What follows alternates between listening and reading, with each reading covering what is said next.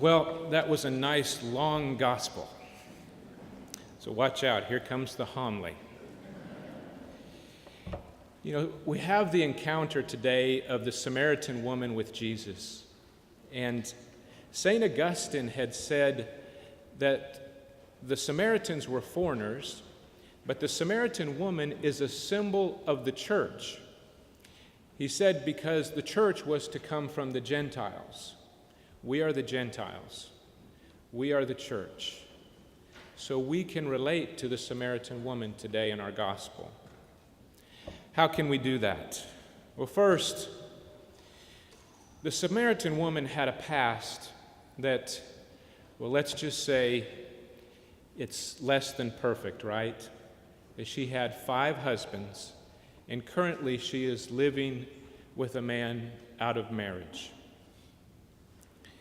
But Jesus, we notice, does not turn away from her, the sinner. Instead, he actually engages her. He engages her, and then what happens? Well, we see that the woman becomes a model of growing faith. We see her faith grow right before our eyes as she's engaging with Jesus. And we, like the Samaritan woman, we are also all less than perfect. I mean, certainly in my case, I'm very far from perfect. All of us have our paths. They're all unique and different. And all of us have our own sins. But like the Samaritan woman, all of us have faith. Each one of you have faith. Next, we see that the Samaritan woman is a witness. She goes and she delivers what she's heard from Jesus to the townspeople. And this is beautiful to me, that this sort of disreputable Samaritan woman who goes to a well at an odd time of day becomes a witness to the gospel of Christ. This tells us that there are options for all of us as witnesses. We all have a role to play. The witness by the Samaritan woman was able to draw many people to come to believe and to follow Christ. And they were people that you probably would not expect, right? The Samaritans, of all people. So we are called to be witnesses just like her. And we should always have the mindset that there's never the case where this one person or somebody will never come around to the teachings of the church. With Christ, anything is possible. If it happened with the Samaritans, and the Jews and the Samaritans had nothing in common, then anything is possible with Christ. So finally, notice how Jesus had revealed himself to this woman. He did so in a way that allowed her to be an effective witness. Jesus makes the decision to make a direct statement about himself to her that he is the Messiah. He is the Christ. Now, this is interesting because it's the first time recorded that Jesus does this. We know that Satan had tempted Jesus. Jesus would not give an answer to Satan. We even know that Jesus would tell his apostles not to tell others that he was the Christ.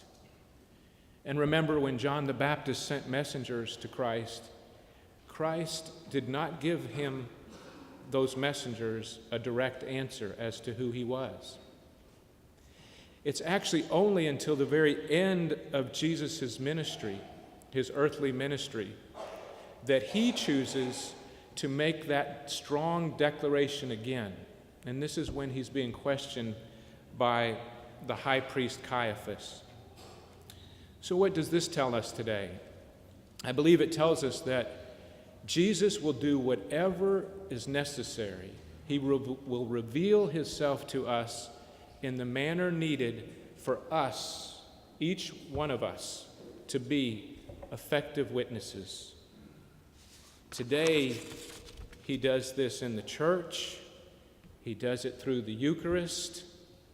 He will reveal himself to each one of you in the manner you need to be a witness. But how do we do this then? So we recognize we have the faith to do it. We have the sanctifying graces of the church. So the next thing is simply to look for opportunities.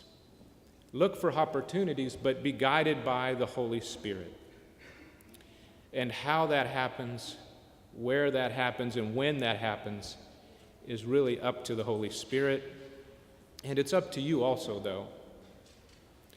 The most important thing to remember is the first thing to do is to always start with love, just as Christ did, always.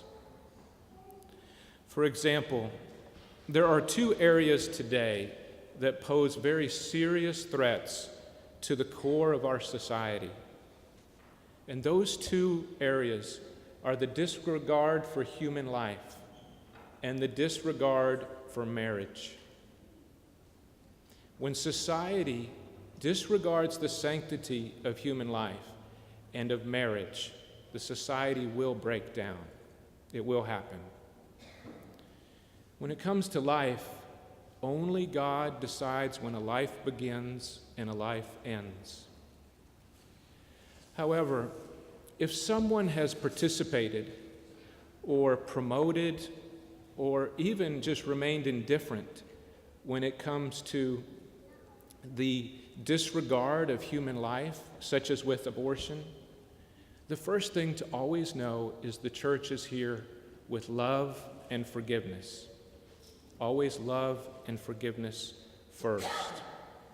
And all of us, like the Samaritan woman, our role is simply to bring people to Christ, bring them to the church, and then they can discover for themselves the beautiful sanctifying graces available to them, and then they can be effective witnesses themselves. Our church has such beautiful programs and ministries. We know that Catholic Charities has adoption services, and Rachel's Vineyard, which is a safe place for someone to rebuild, to renew, and to redeem hearts that have been broken by the effects of abortion. And it's always done with love first. Marriage. As I said, marriage is almost completely disregarded today. Society says that the norm is to cohabitate outside of marriage. And society no longer says that a marriage is between just a man and a woman, freely and fully given, faithfully, fruitfully, and forever. But again, if someone is participating, promoting, or even just being indifferent about a relationship that is outside the context of a sacramental marriage, whether it's a heterosexual couple or someone that has same-sex attraction, the church is always here first and foremost with love. You know, I think many people are not aware, including probably most Catholics, of some ministries that we have right within our church. There is the ministry called Courage International, and this offers support for those that experience same-sex attraction, and it supports them. It helps them live chaste lives. And then there's a sub-ministry within Courage International called Encourage, and this is for their family and loved ones, to support them. So please remember, it is always about love first, not hate. It is the opposite of hate, it is love. So our gospel today, it tells all of us that we have faith like the Samaritan woman. We are witnesses like her. And we have been revealed the things we need through Christ and the church to be effective witnesses. It's always first with love. And remember, with Christ, all things are possible.